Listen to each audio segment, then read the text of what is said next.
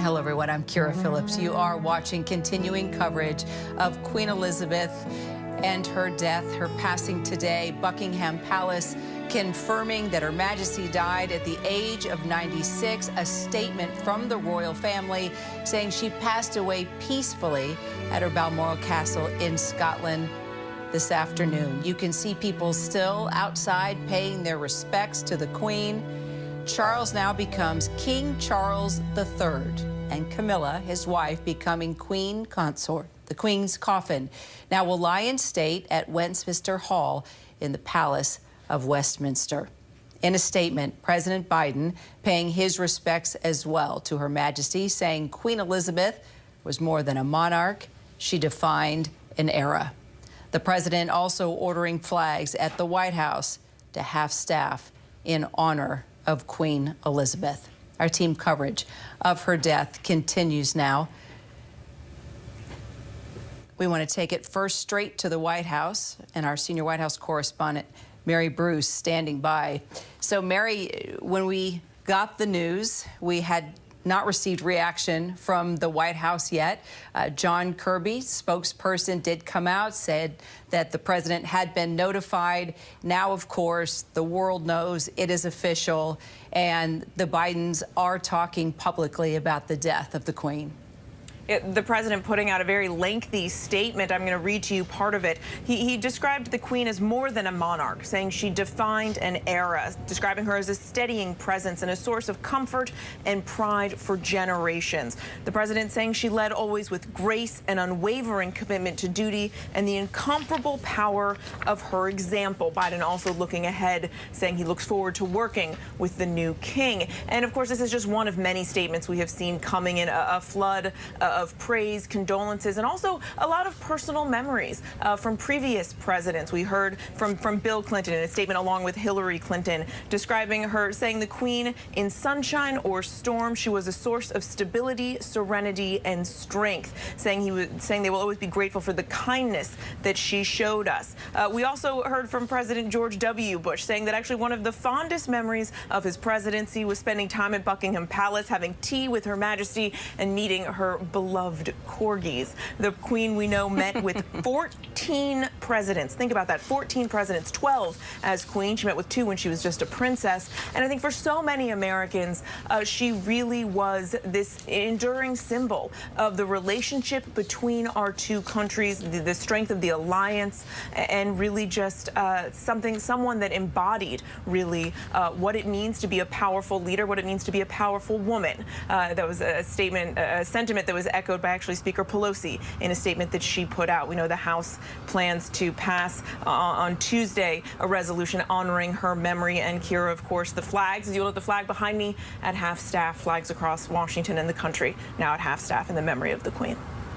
And Mary, when you think of, you mentioned the presidents, all the presidents that she met with, that she spoke with here in the United States, but her travels, right? She was the first to do so many things internationally and here in the United States. She was the first British monarch to visit China. And then she was the first British monarch to address our Congress here in the United States. So remarkable. And you think back to so many really amazing moments, of course, between the Queen and different U.S. presidents. I remember myself when she came in 1991 and went to a baseball game. I believe it was the first baseball game the Queen had been to with President George H.W. Bush. It was an Orioles game, and I remember watching that as a kid. There was, of course, that famous moment where she was riding, she was out for a horseback riding with President Reagan, and he sort of stopped to give an impromptu press conference. She didn't seem to like that. She just sort of had her horse continue on. But just a remarkable, relationships that she had with so many presidents. 2 of them she knighted, George H.W. Bush and Reagan. They did get through that awkward press conference, and she ultimately knighted him as well. So just, remarkable relationships that she was able to forge. And you are hearing from so many, not just U.S. presidents, but world leaders praising her for what she stood for what she stood for Americans, but also, of course, around the world, and the amazing example that she set for so many women and young girls across the world as well, Kira. And she may have met with world leaders and presidents and famous musicians. Of course, Paul McCartney, Elton John loved her too, but she was there for her people on a regular basis and shaking hands. And of course, holding those babies, all those images for so many years since the age of 25. Mary Bruce there at the White House. Mary, thank you so much.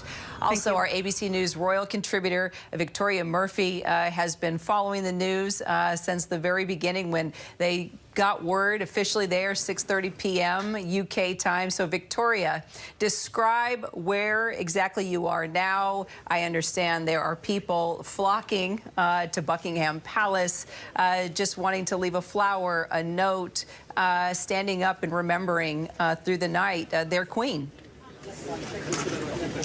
Absolutely, yes. I mean, when the news was announced this afternoon, I think there was a huge sense of shock. We had, of course, an inkling it was coming because of that statement that was put out earlier on today, but I think there was a feeling that seeing the Queen just 2 days ago looking so smiling in that photograph, this had just happened really suddenly. And I think no matter how prepared you are for a big historical moment like this, and even though we knew it would come eventually, I think there's such a sense of shock here this evening. And what we've seen since that announcement was made, despite this absolutely horrific weather and constant rain, we've just seen people wanting to be here, people coming down here and just wanting to stand still outside Buckingham Palace and just kind of take in this moment, the official residence of the British monarch.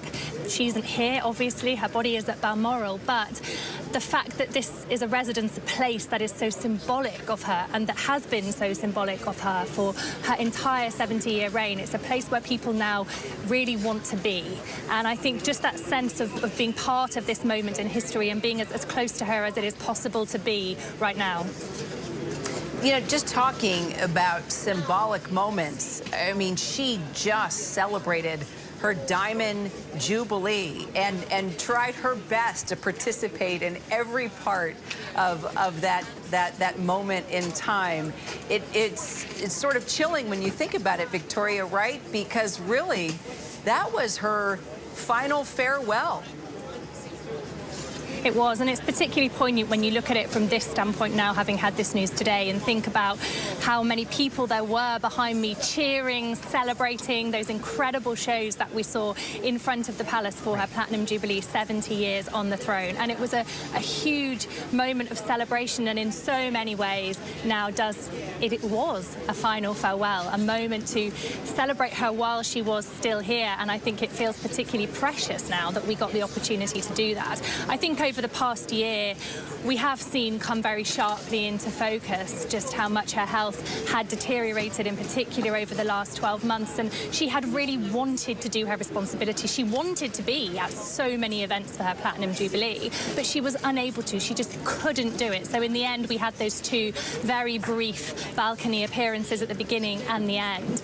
But I think that sense of her wanting to carry on, her repeatedly sending this message that she still wanted to be at the helm.